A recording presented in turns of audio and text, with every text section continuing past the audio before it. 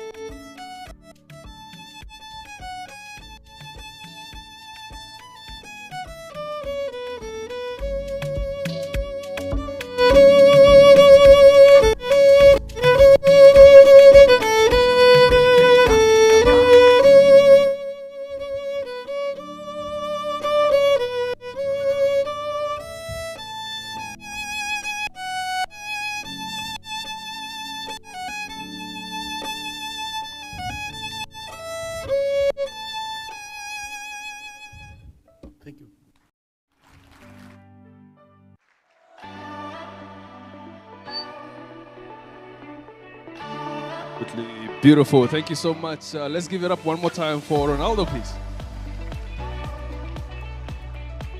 And with that beautiful performance, I don't think it's fair that we were just going to let you go. So certainly, please do not go away.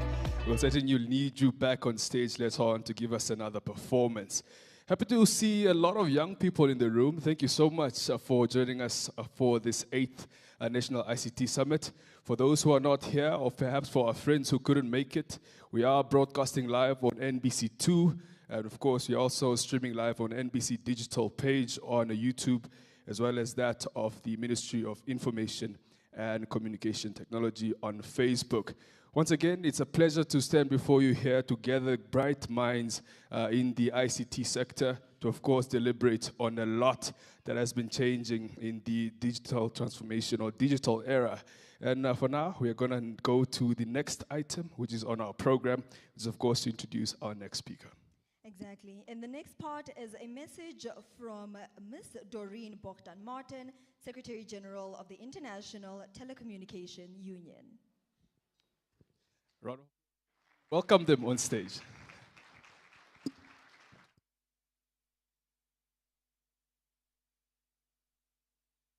I wish I could be with you in person. I wish I could be with you in Windhoek to celebrate the remarkable strides Namibia has made on its digital journey. With a consolidated ICT policy and ongoing digital strategy development, Namibia's drive to close the digital divide is commendable. There's been no shortage of exciting digital developments.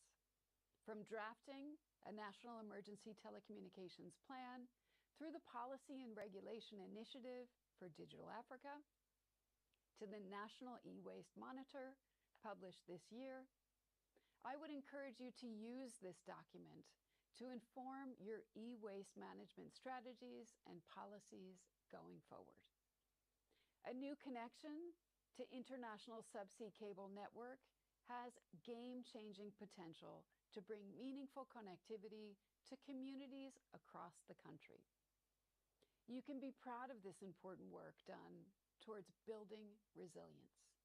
Let me also highlight Namibia's incredible support for young people through initiatives like the LEAP Digital Talent Program and GIGA, which aims to connect every school on Earth to the internet by 2030. And of course, Minister Emma has been a leading light in getting young people involved and excited about the power of digital for social transformation. ITU is fully supportive of Namibia's ambitious digital agenda, and we're ready to help realize it by building capacity at every level of digital transformation, including in emerging technologies like artificial intelligence. Let's strengthen our partnership further to ensure Namibia's digital sector not only adapts, but thrives in the age of artificial intelligence. I'm eager to see Namibia continue its current trajectory as the inspiring story of its digital transformation journey unfolds. You can count on ITU to be a partner in building a resilient, inclusive, and innovative digital future for Namibia, Africa, and the world. Thank you, and I wish you an inspiring and productive National ICT Summit.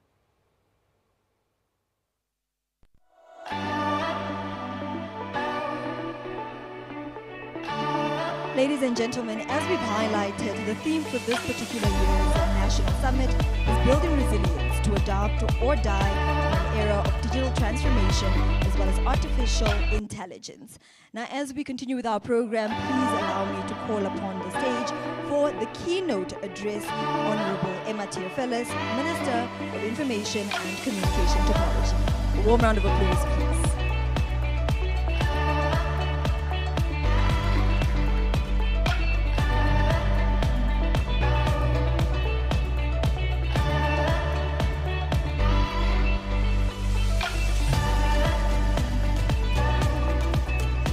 Director of Ceremonies, Ms. Delilah, thank you very much for the introduction.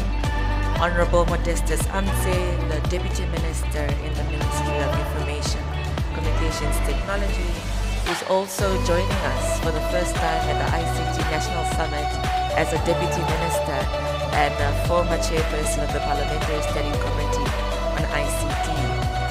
Honorable members of Parliament's Standing Committee on ICT and Innovation, members of the diplomatic community, captains of industry and our valued partners, many who are in the room, management and staff of the Ministry of ICT, distinguished sponsors, esteemed stakeholders, members of the media, ladies and gentlemen, all of you who have registered to join us for this next 3 days for this very important National Summit, all protocol observed. A very good morning. I don't like the energy in the room yet. And also, we are not using our devices. We should be taking pictures and videos and taking selfies and posting them and tagging the Ministry of ICT and all the partners at this ICT Summit. A very good morning to you all. Wonderful. Thank you very much for joining us at this very important 8th National ICT Summit, which is growing in leaps and bounds to try to set the tone in terms of ICT transformation in Namibia.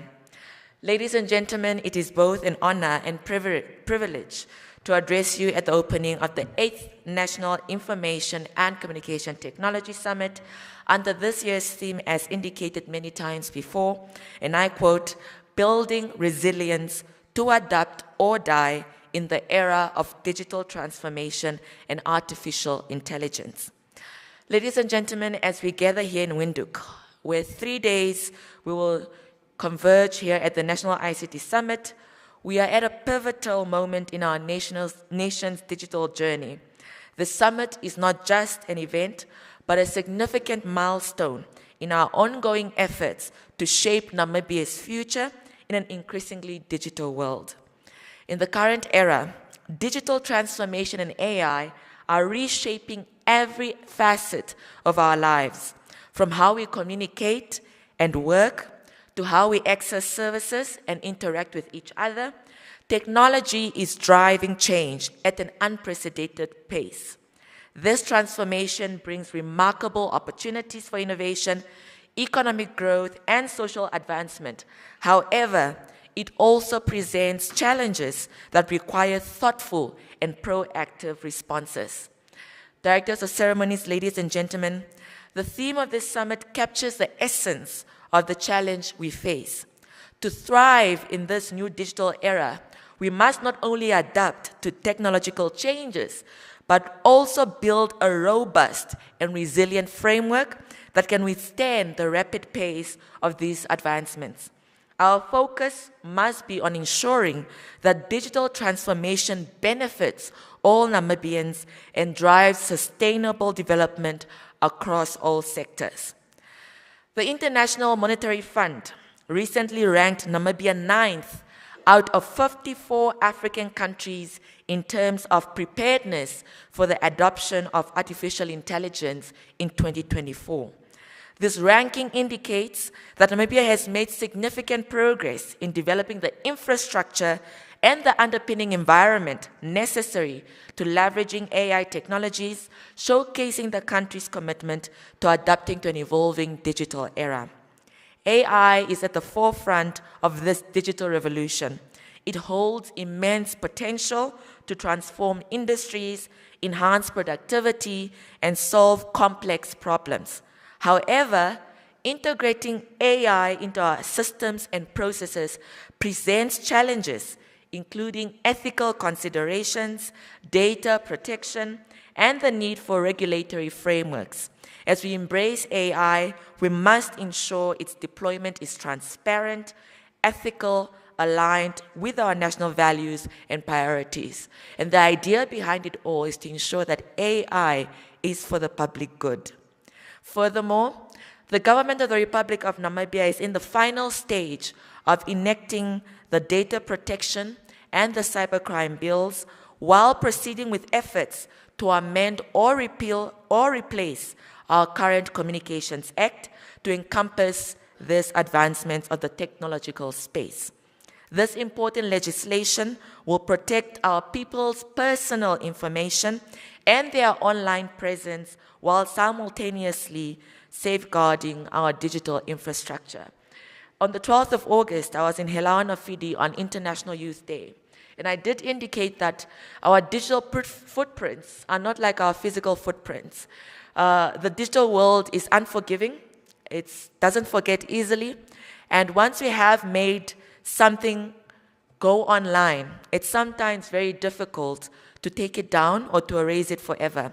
So we must find ways to ensure we have the digital literacy necessary to know how we interact online, have those ethical considerations when we participate online like we do offline, and we ensure that our footprint on the digital spaces is something we can defend and something we can stand by. Otherwise, it has the potential to work against us. Maybe not today, maybe not in 5 years, maybe not in 10, but certainly if it's something you might feel that will work against you in the near future, it's best to try to keep your digital footprints as clean as possible or be able to defend it because it's a value you hold dear to you. Ladies and gentlemen, digital technologies are also transforming the way we deliver public services and engage with citizens. From e-governance to digital health and education, these technologies offer new ways to improve service delivery and enhance the quality of life of our people. We must leverage these technologies to make government services more accessible, efficient, and responsive to the needs of our citizens. This year, in around March, we were debating the national budget in the National Assembly. And I remember I was interacting with as many users as I could on Twitter to ask what are some of the issues I could raise in the National Assembly. And chief amongst it was issues around the Public Service Commission and the application of government posts to move it from manual to online spaces. And I remember asking the Prime Minister that, you know, Honorable Prime Minister, the young people are crying. The young people are saying enough is enough. They're tired of applying for government jobs manually. We want to move it online. And we started the conversation with the Public Service Commission, and we are now trying to see where we can collaborate between the Ministry of ICT, the Office of the Prime Minister, and the Public Service Commission to ensure that government posts can now be processed online as opposed to young people or citizens traveling distances to mail government applications or going to government offices in towns far away from where they live. And this is a digital transformation we want to start in public service delivery.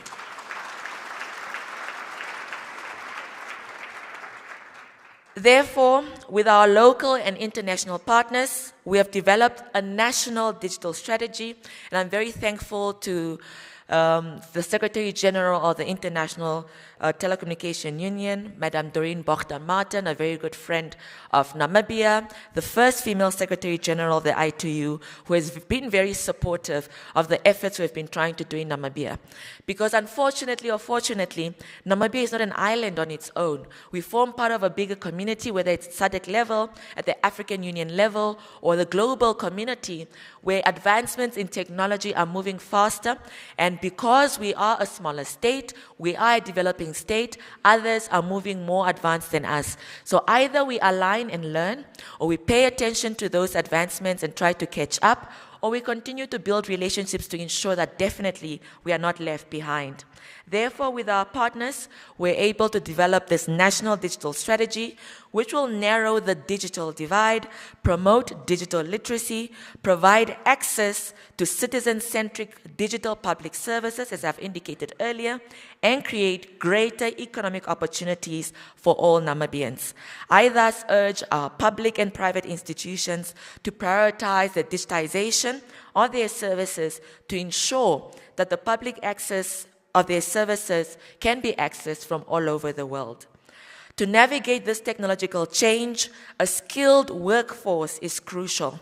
Prioritizing education and training in digital skills, including STEM education and digital literacy, ensure that citizens are equipped to thrive in the digital economy.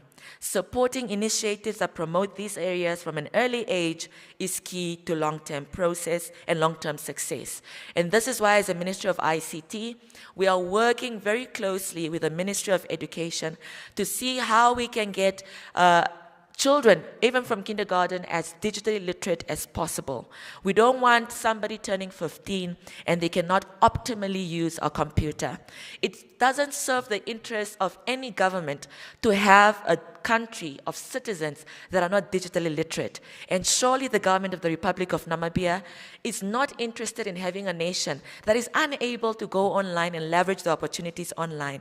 It is not our interest to have a citizenry that is unable to run businesses online and make a living for themselves. It is not in our interest where our citizens cannot go online and get an education. It is surely not in our interest to have a nation that is not connected.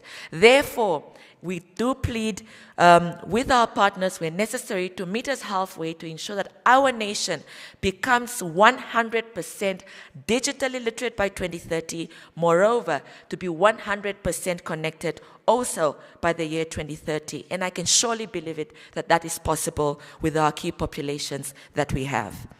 Ladies and gentlemen, innovation drives digital transformation and creating an ecosystem that nurtures this from startups to established enterprises where it's very much vital.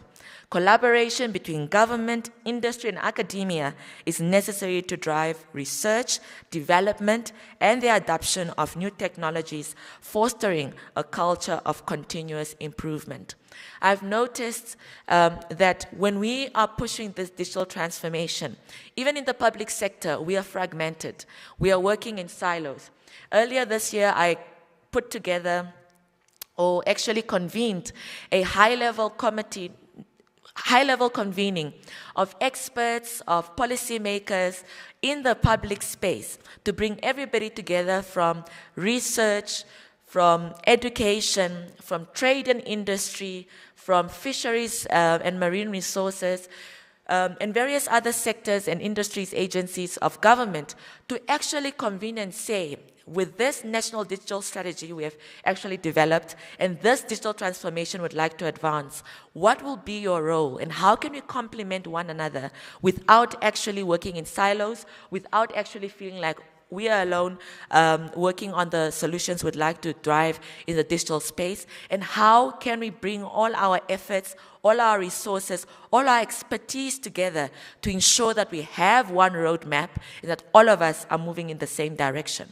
And I can assure you now that we've been, for a few hours, we're able to look at the bottlenecks, we're able to look at the gaps and steps forward on what can be done to ensure that we work in unison and that we actually speak the same language.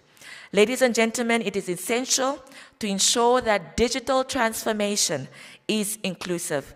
This involves addressing digital divides and ensuring that marginalized communities have access to digital resources and opportunities. It also requires implementing measures to protect digital infrastructure, safeguard privacy, and manage the ethical implications and economic disruptions that come with new technologies. I've actually got a call yesterday from Mr. Johannes. He's visually impaired, and he said he only learned about the ICT Summit on the news. He didn't see the call out for registration. How can people with disabilities be involved in the summit? And immediately I referred him to the colleagues that are setting up the logistics of the summit to say, for those communities that have been left out in actually coming to the summit, let's ensure that on one of the days they make it to the summit, although they heard the news late, so that we're able to actually also look at information communication technologies as a solution to the challenges that people, marginalized communities and people with disabilities are facing. And he is somebody I've been engaging with, where we've been talking about how can ICTs make life easier for those in our communities who are not able-bodied like us and agile like us and who can just stand up and go and do something so that they do not get left behind with the technological advancement. And I'm very happy that we've been having those conversations because it's easy, it's possible sometimes to easily overlook some of the things that we think we're doing for the greater community and the entire nation, but we don't actually see the nuances in which we sometimes are blind to some of the issues our citizens are facing and some of the realities that they might face due to their challenges as people living with disabilities. And I'm glad those conversations are ongoing because it allows us to ensure that we move together and that we don't have an advancement of certain parts of our communities, whether it's rural versus urban divide, whether we have a young population that is digitally literate, digitally vibrant, but an older generation that can't keep up, or we have some sections of society, just because of their social status, are unable to tap into the benefits of technology. That is not the interest of the government of the Republic of Namibia. And surely as a Ministry of ICT, whether it's the Deputy Minister or the ED, we are driving to ensure that every citizen feels connected to ICT in the country, feels included, feels the ability and the opportunities that come with online spaces. And that is why we are continuously engaging with Google AdSense, we are engaging with PayPal, we are engaging with Apple Pay on how we can leverage the digital economy in Namibia. We want YouTubers, the young YouTubers that are doing so great, to earn money, Namibian dollars, in Namibia as they are constantly creating content to showcase Namibia to the world. Because as the YouTube community and the creative industry, you are making our job easier at the Ministry of ICT, where we have the mandate to brand the country. We do not want to be Namibia, the hidden gem anymore. We want the world to discover us as they are continuously discovering us through our new and exciting industries of green hydrogen and the oil industry. And as creatives, the more you create content, the more you showcase what being Namibian is all about, showing our culture, showing our food, showing our landscapes, and showing who we are as an essence of a people, we are able to market the country through you as our citizens without government doing it alone. So thank you to all the creatives who continue to make Namibia shine in the way they showcase Namibia, the land of the brave.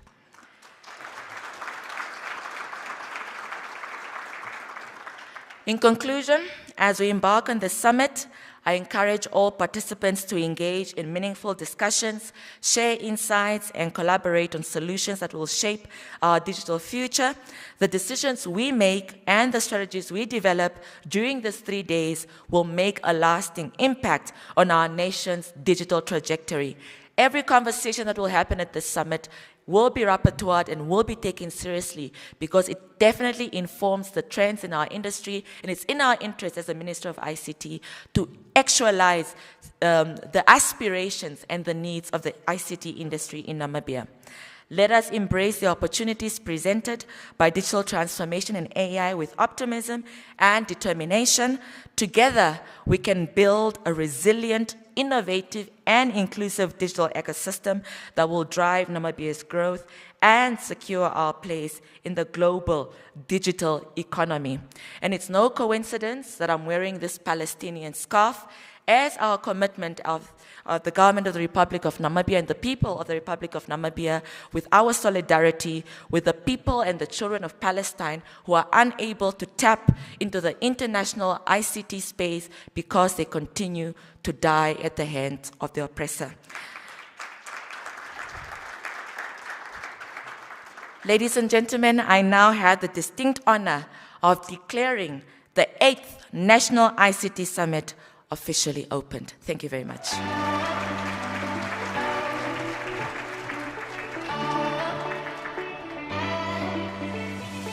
Thank you very much, Honorable Emma Theophilus. Please, can we just ask you to strut the stage? We have a little award of Thanksgiving for you.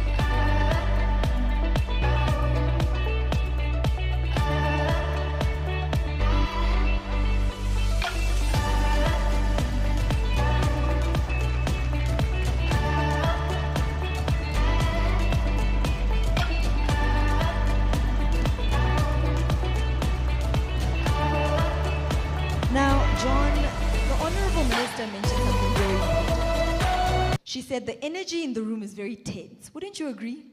Yeah, I agree. But I mean, with a lot of young people in the room, I would have expected us to be much more jollier, much more excited. But you know, it only happens on the other side of technology. That's when you see them all excited and, you know, showing a lot of things happening on their phones, on social media and that. And in light of the fact that we got permissions from the minister to take out our phones, I do believe that it's important to remember to take notes, to make videos, to take pictures, to share those on your various social media platforms, and make sure to tag the MICT as well as the NBC pages. But not just that. I want us to take a pledge today, John. Certainly. Let's go. Please do repeat after me. I pledge.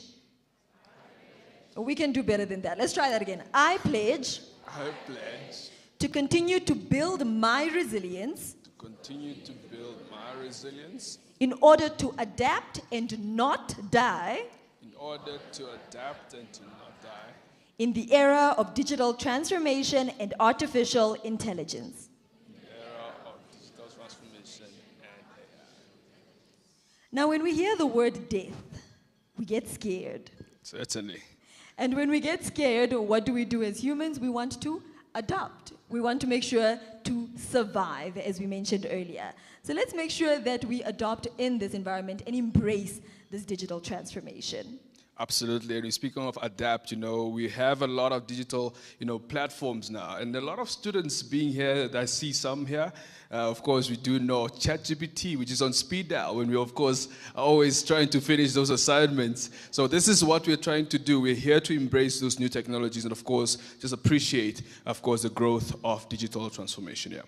And in the light of setting the scene once more, in the light of breaking and cutting that tension once more, please allow us to have a musical piece from Ronaldo, the violinist. A round of applause, please.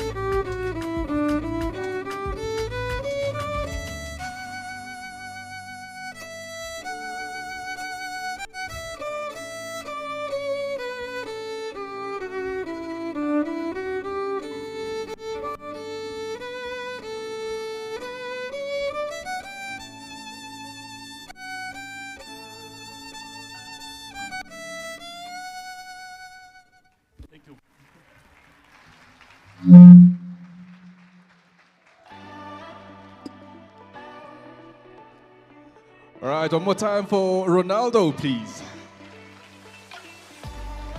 John, can I just mention something? As we're talking about digital transformation, as we're talking about adaptability, and as Ronaldo the violinist came on, that song sounded very familiar, doesn't it? Of course. I mean, we can't even give him a platform to not play Namibian music if it wants. We will have a second part of the program, which includes the exhibition halls. But as we make our way out of this particular hall, kindly limit your movements as we are sharing this building with other events happening in separate halls, as well as per security protocol that has advised the presence of the president. That's right. So with that, we are now going to move to the next item, where we are presentations by our stakeholders, who are, of course, also mourning. And with that, we would like to welcome the first speaker, who's going to give us the first, Gernot Piepmeijer, the Director and Secretary General at NADCOM.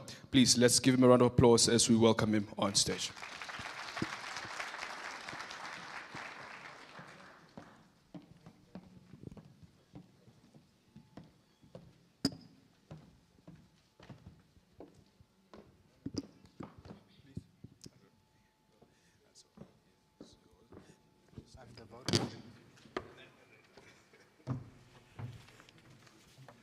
Right, good morning.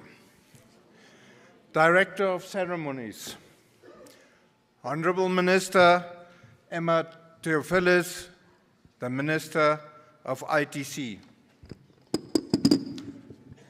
Honorable Modestus Amutse, Deputy Minister of the Ministry of ITC, Honorable Members of Parliamentary Standing Committee on ICT and Innovation, members of the diplomatic community, Dr. Mate, the Executive Director of the Ministry of ICT, captains of industry, management and staff of MICT, very important, distinguished sponsors, esteemed stakeholders, member of the media, ladies and gentlemen, all protocol observed. I extend my heartfelt gratitude to everyone involved in making this summit possible. The organizers, the sponsors, the exhibitors, and all stakeholders. Your unwavering commitment is exemplary and a testament to the crucial role in the ICT sector in Namibia's growth and development. To our esteemed sponsors, your generous contribution, both monetary and in kind, are invaluable and deeply appreciated to support the reinforcement and the essential role of this sector. We thank you. Directors of proceedings, ladies and gentlemen, we are going to look at the exhibitionists and the passionate exhibitors. We cannot wait to view and experience your innovations and skills. Your contributions are pivotal in driving the growth of our industry as you continuously adapt to the ever-evolving ICT landscape, providing that the dying or fading is not an option in these digital areas. Furthermore, I would like to acknowledge and appreciate all stakeholders outside the ICT ecosystems. Your presence here underscores the broader importance and value of ICT across all industries, and we thank you for your continuous support. Directors of proceedings, ladies and gentlemen, A special thank you goes to the team behind the scene, the organizers who have worked tirelessly to ensure the success of this summit. Your commitment and dedication are truly commendable, and I think they deserve a round of applause.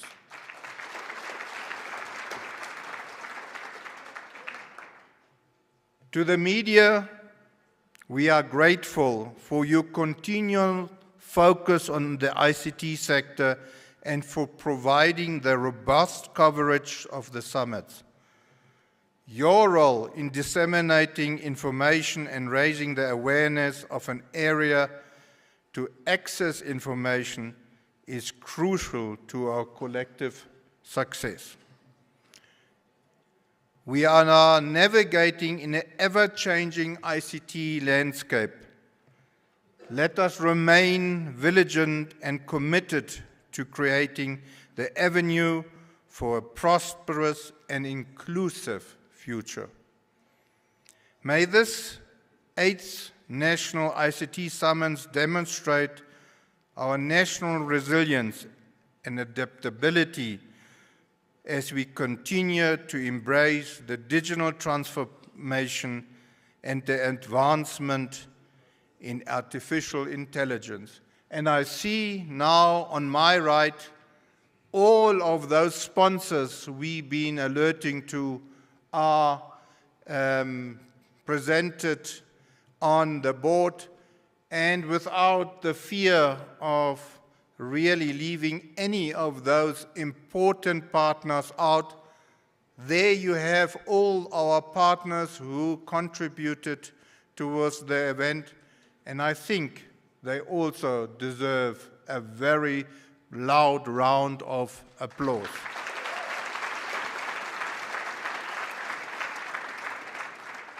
And with this, I end my vote of thank you. Thank you all once again for your presence today, and I hope you will enjoy the day with us. Thank you.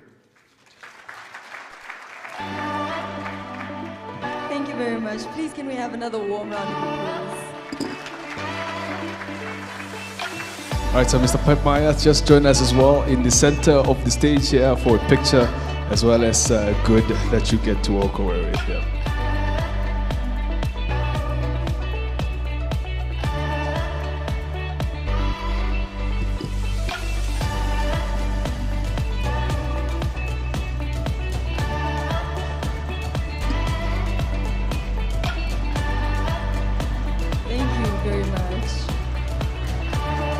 Well, Mr. Dr. Mate, you might be wondering, well, I was also on stage, but I didn't get anything. But please, do welcome on stage as well to get yours.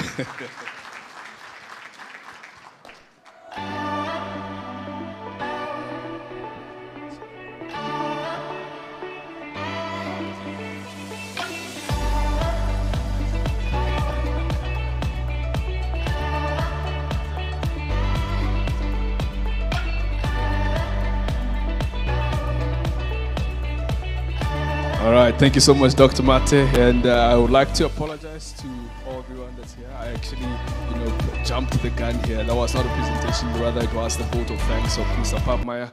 Thank you so much once again for having done that task very well. John, I believe it's time that we can breathe now. Shoo, the nerves. There's something about the title, Official Opening, that just brings a higher presence into the room, right? And this being the official opening of the 8th National ICT Summit, it is now also important for us to realize that technology does not evolve in isolation. It is us as individuals that are able to apply it and to use it in our different environments. So we will be seeing a series of exhibitions happening, and as you exit the hall, it will be happening to the right. However, first, we do have a little bit of a correction there, and we'll be getting into some conversations and some speakers. That's right. We are now going to get to the part that I jumped earlier on. We are now going to give it to the speakers who are going to be giving us some presentations here onwards. But for now, let's enjoy some music as we get the correct, of course, the correct title and the name of who is going to be gracing the stage to give us the presentation.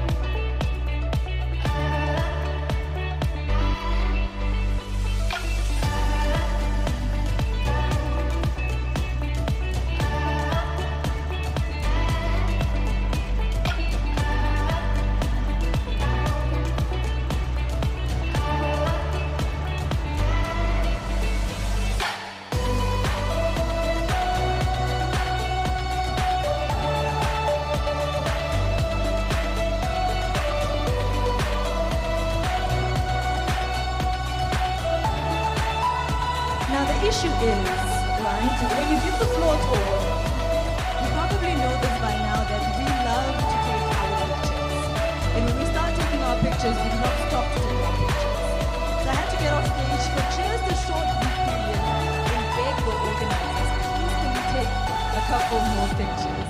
So for this part of our agenda, I'd like to call on to the high table to please make their way on stage for a series of images.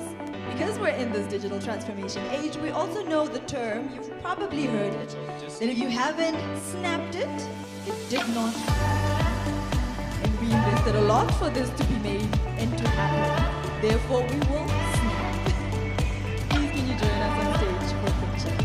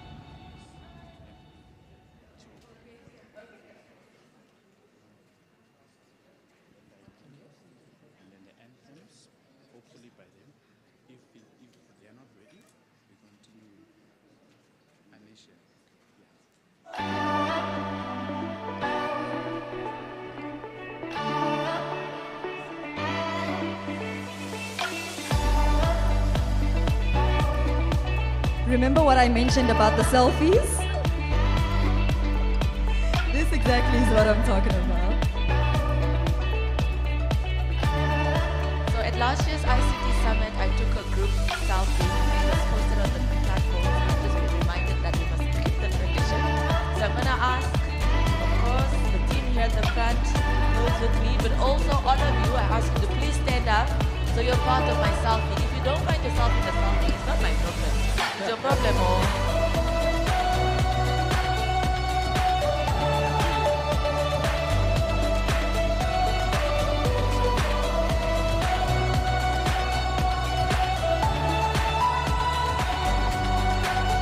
Everybody say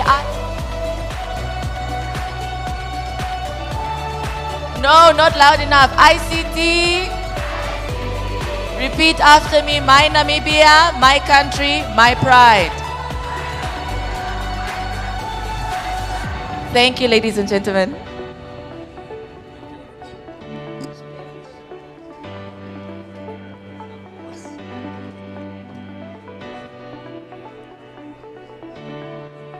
That's right. Now we know why we have her as our Minister of Information and Communication Technology. Because, I mean, we just embrace it, right? We definitely do embrace it.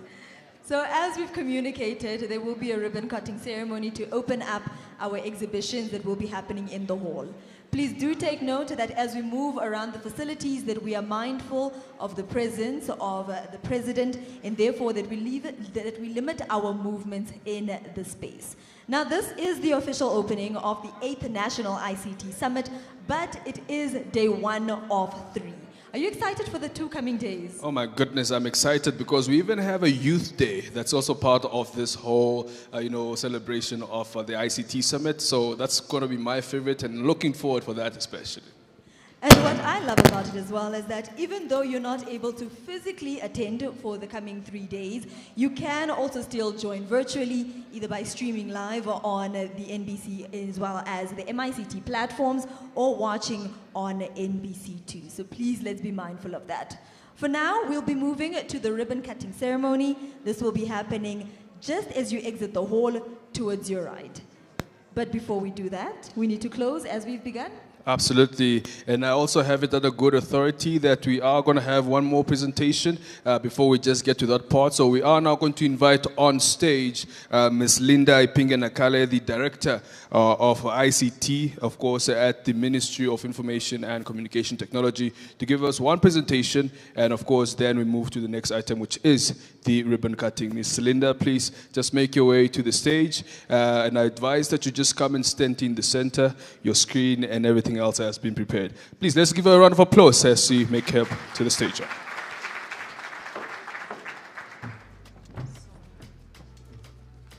You want me there? So you want me there? So that you can see your presentation on the screen. So how do I do this? Just and then back. Where's the mic? You want a mic?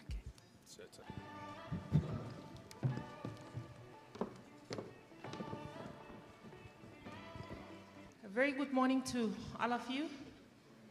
Good morning. Good morning. Good morning. All right. I think our virtual viewers will be more louder than yourselves.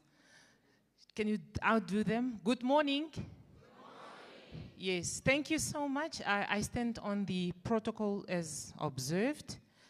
I will take you through the overview of our national digital strategy, which we have developed as a ministry.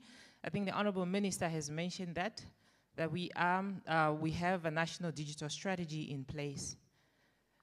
I'm not sure whether you're able to see there, but I will take you through with the introduction and high-level statements, the challenges, the policy alignment, and other alignments at regional and also continental, the methodology used or the approach used to develop this strategy, and then the strategic framework, the pillars, and then implementation. Then we conclude with the monitoring and evaluation.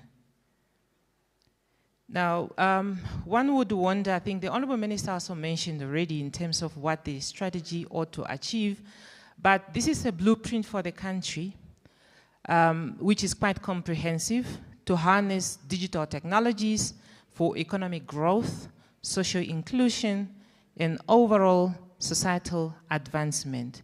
So this is not a document for the ministry, it's the document for the nation. You should see yourself in this document. So we're fortunate enough to be in those positions to be able to drive, but to drive the development for you. I don't know why technology is failing me now. Yes. In terms of the high-level statement, we have the vision, which is to empower the nation. I think you can see there, to strive the digital, let me just move further, era by strategically leveraging digital innovation and national development. And then the mission, the Honorable Minister has mentioned, to create the roadmap to bridge the digital divide, to promote digital literacy, very important, and to promote citizen-centric digital public services, and then to create opportunities for all. In terms of the value, we're driven by whole of society, sustainability, agility also came out in the speech of the ED. Now, in terms of the challenges, as we're developing this strategy, I'll go through the models that we used. There are a couple of challenges that were highlighted, and you would find them, we have done a SWOT analysis and PESTEL analysis, but I've just picked out some of the challenges really that are have been picked up as we're developing the strategy. And I need to acknowledge Dr. Shanapinda who've been involved in the initial stage of the strategy. At the time, he was a scholar, not the CEO of Telecom. So we thank you so much for laying the foundation for us. Thank you. So what has then been picked is outdated and inadequate digital infrastructure, inadequate digital skills and education. The Honorable Minister, I have a suspicious that she has seen my presentation because she covered all that is here.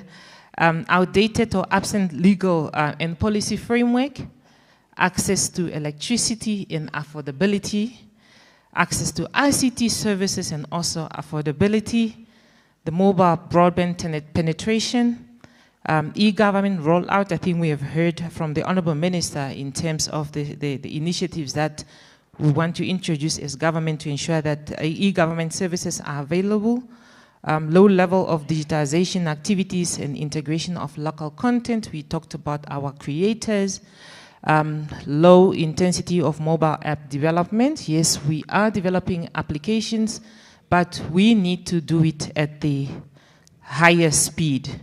Security concerns, the Honorable Minister in her statement mentioned the issue of data protection and also cybersecurity. As much as we embrace digital transformation and artificial intelligence, we need to also be mindful of the fact that there are security concerns as we use those platforms. Financial constraints, which includes the investment in ICT. ICT is equally important, just like any other sector, so we need to prioritize. In terms of alignment, I will not go so much into detail, but we looked at the national development plans. We also looked at the Presidential 4IR Commission report. Prof. Peters was seated somewhere there. She chaired the 4IR, the 4 Industrial Revolution Task Force. And in the report, they advocate for the development of this strategy. So we aligned this strategy then to the 4IR Commission report, the Harambee Prosperity Plan 2, the National Development. They just ended 5th National Development Plan, but also we're looking at the NDP 6, which we are currently busy with. We also looked at Vision 2030 of the Republic of Namibia. We also looked at digital financial services because we are dependent on online. We do our online transactions and all that. We aligned ourselves to the National Payment System Vision and Strategy of 2021 to 2025. I think many of you might be aware or might not be aware, but we have what we call the Electronic Transactions Act, which recognizes electronic transaction in the country and also your electronic signature. So we aligned that. So the papers that we sign and scan might not be as recognized as it should be. You must have a key to be able to use your signature as recognized. We also aligned ourselves, the policies aligned to e-government, where we looked at the e-government strategy, which is under review, an IT policy for the public service, e-government policy for the Republic of Namibia in 2005. In terms of broadband connectivity, we looked at our national broadband policy. We looked at universal service and access policy. We also looked at the overarching ICT policy, which we are currently reviewing as a ministry. In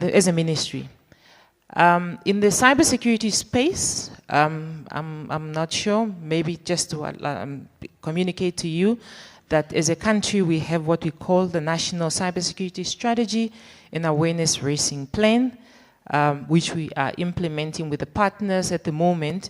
We have South Essential IT that came on board and we rolled out awareness creation.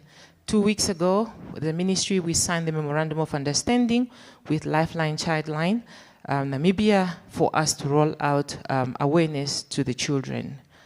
We also align ourselves to the provisions of the Cybercrime Bill that the Honorable Minister has mentioned. This is off. I can't see here. This is off, colleagues. In terms of other legislative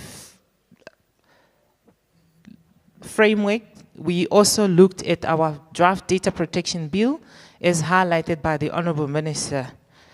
Yeah, and the cybercrime bill also. I'm sorry I have to move because my screen just got off. Okay, we can move. All right. In terms of the alignment, we looked at the UN agenda. We look at the global strategy on digital health. We look at the African Union Digital Transformation Strategy for Africa. We look at the ESADC strategic framework. We also looked at Broadband Commission. So we aligned ourselves to these documents. I talked about the methodology that we have used, which is also captured in the document, just for you to appreciate that this was not only done by us as a ministry, but it was done through stakeholders consultation. There was research and analysis done, benchmarking, looking at global trends. Honorable Minister has mentioned inclusivity, that in the digital transformation journey, we need to be inclusive. That's also, we took in consideration. So that's why we engage various stakeholders.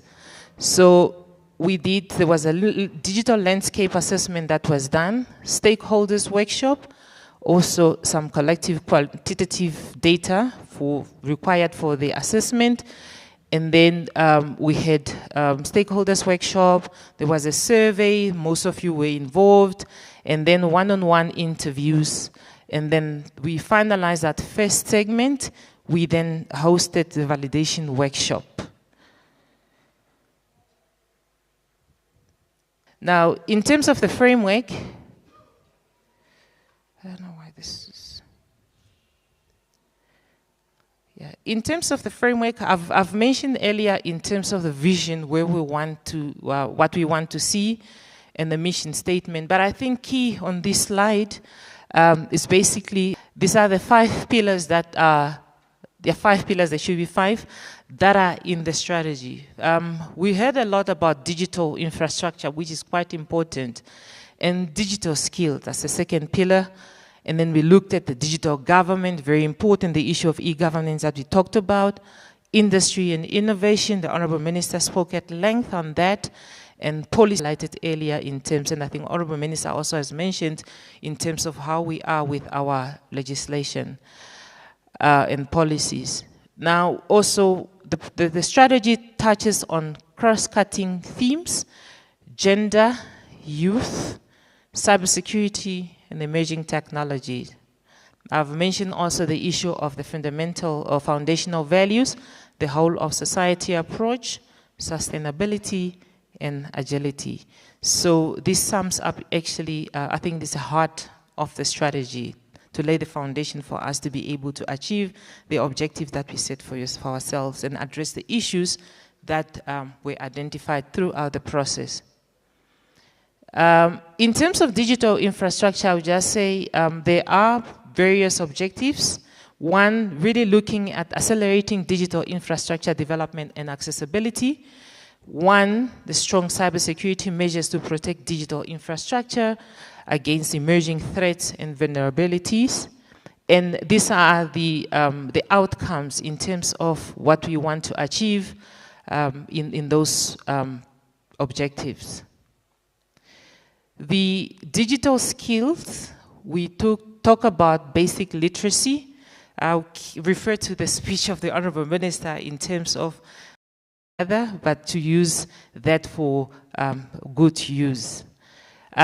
Digital pedagogies and ICT curriculum reform.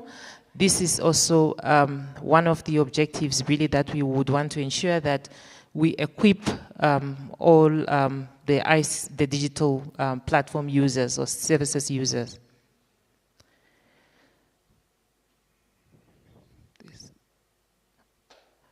In terms of digital skills, the third objective is basically educational and administration and staff capacity. We must also not forget to focus the capacity on our staff members that are working in various institutions. Demand-led skills and job creation, that is one objective that is actually trying to prepare our individuals for digital economy, emphasizing and hands-on practical experience. In terms of digital government, the objective look at, let me just see. No, let me just go back. Just bear with me. This does not. Just bear with me. This is slow in responding. Yeah, this is where I was. In terms of, yes, in terms of digital government, as I've highlighted, is the issue of digital identity that the executive director has spoken about, digital public services that should be available. These are the strategic objectives.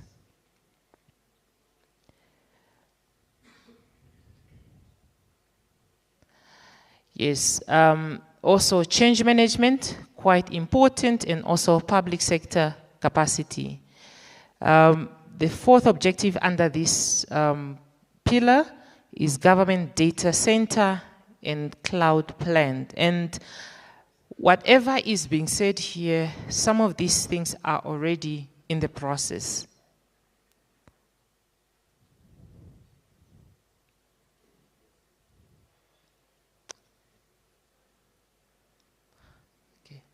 The fourth pillar, digital and innovation, is entrepreneurship and ecosystem, deepening it, digital industrialization strategy that should be in place, research and innovation, one important area of focus there under this pillar.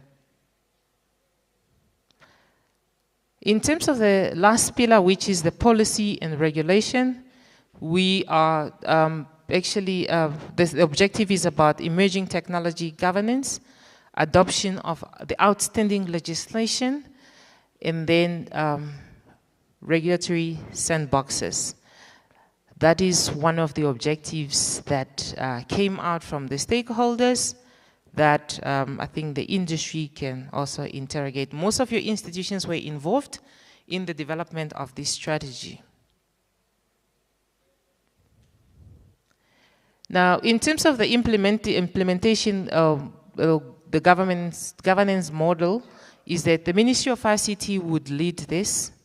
There is a thinking of establishing what we call the executive think tank that will be appointed by the minister through the process. And then the implementation stakeholders, the entities that are involved also with the strategic actions in the implementation plan. So we have an implementation plan which outline now the objectives and the targets and the resources required. And now the stakeholders are required also to ensure that they implement those that are assigned to them. MICT will provide the secretariat to ensure that the think tank and the is actually implementing or overseeing the implementation of this strategy. So I think on the right-hand side, you just see MICT, the think tank, and then the stakeholders that are key in implementing this. Implementation, the role, again, I'll just briefly touch on that to say we have a role of National Digital Strategy patron that is being actually suggested, the steering committee, and also the implementation partners. I think these are just examples to say the patron by the minister to approve and then confirm the timeline and the resources that are required in making the final decisions and as required in terms of engagement. So this is just really just to highlight the roles and responsibility of the stakeholders, including academia, the OMAs, and all the private sector entities.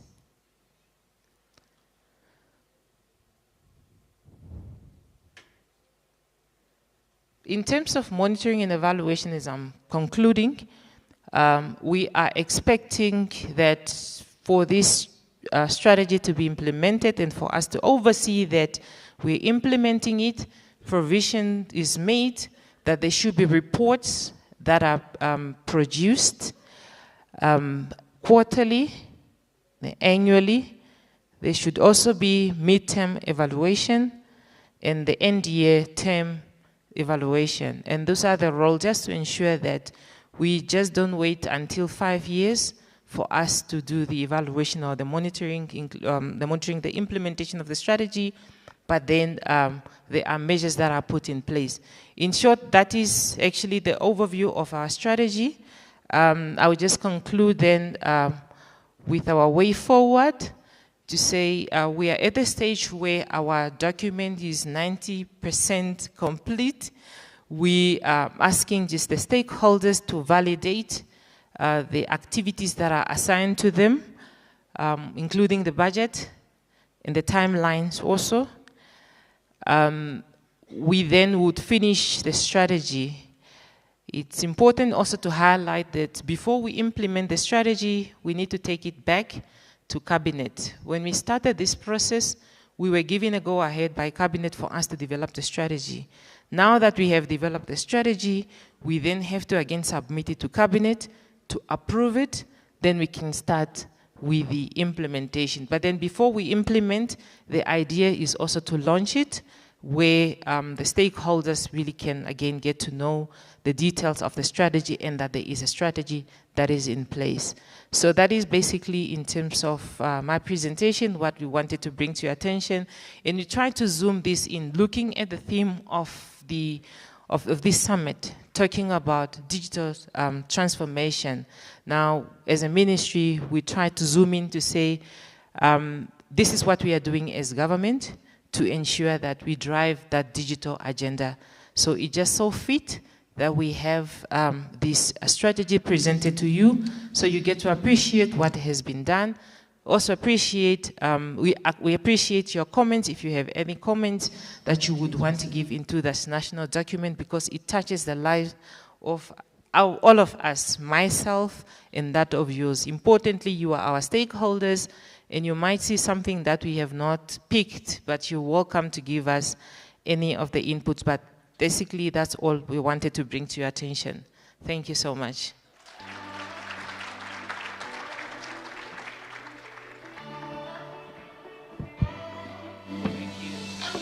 Thank you very much. Another warm round of applause, please.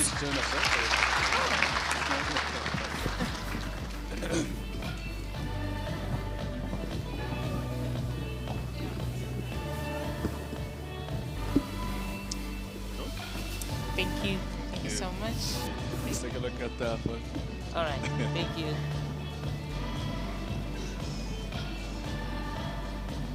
Thank you. All right. You're welcome. With that, we've reached the conclusion of the first part of today's proceedings. But before we move over to the second part, may I ask that we all rise for the singing of the AU and the national anthem.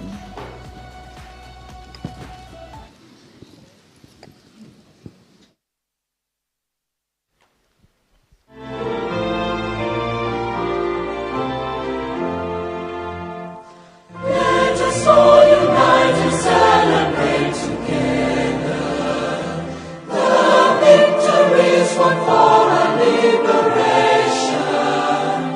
Let us dedicate ourselves to rise together.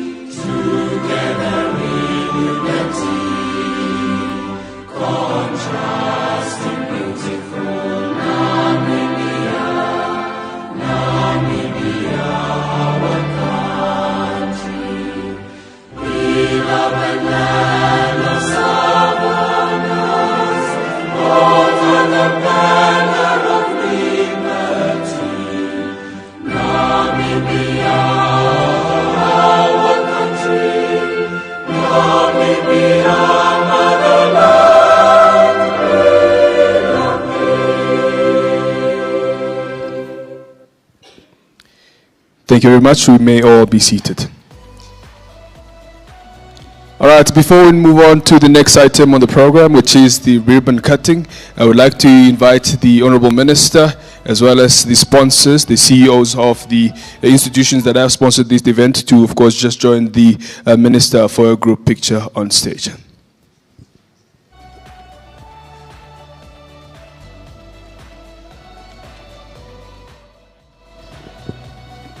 Yes, so the high table can also please join the minister on stage as well, alongside the sponsors, to also be part of the picture.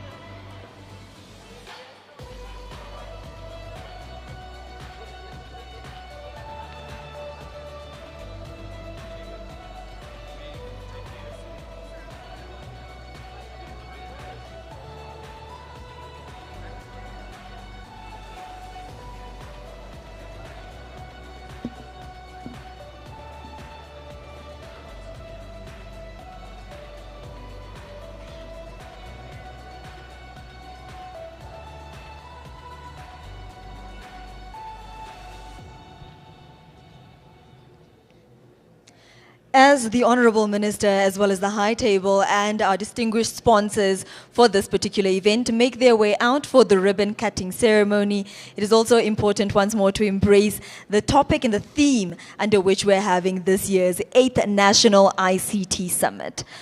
But really, I just wanted to say, the elders are out, we can do our thing now. Isn't that right? So this year's ICT Summit is held under the theme Building Resilience to Adapt or Die in this particular era, hey? And as we're about to embark in those conversations, the next 3 days will be days where we are able to really tear this apart and digest all the elements that it takes to build a nation.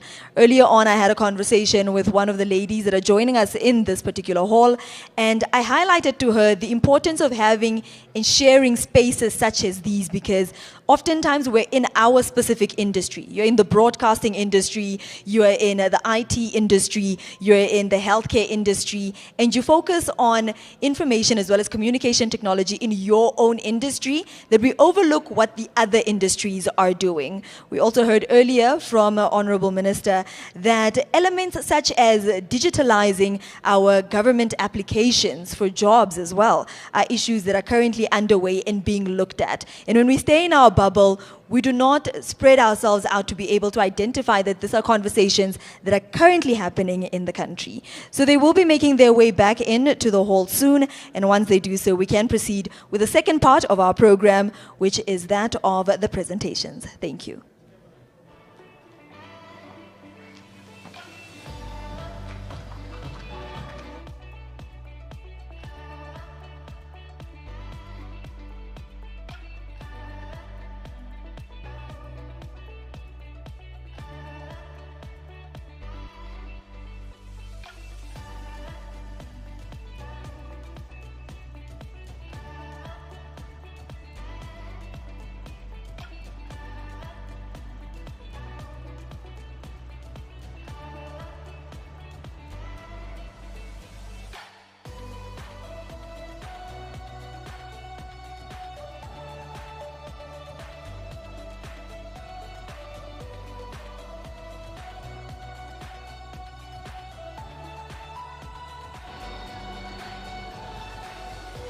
As we make our way around the hall as well as the foyer, please may I ask once again that we be mindful of our movements. This is in light of the presence of His Excellency, the President, and therefore under security advisement, please do limit your movements around the hall and the foyer.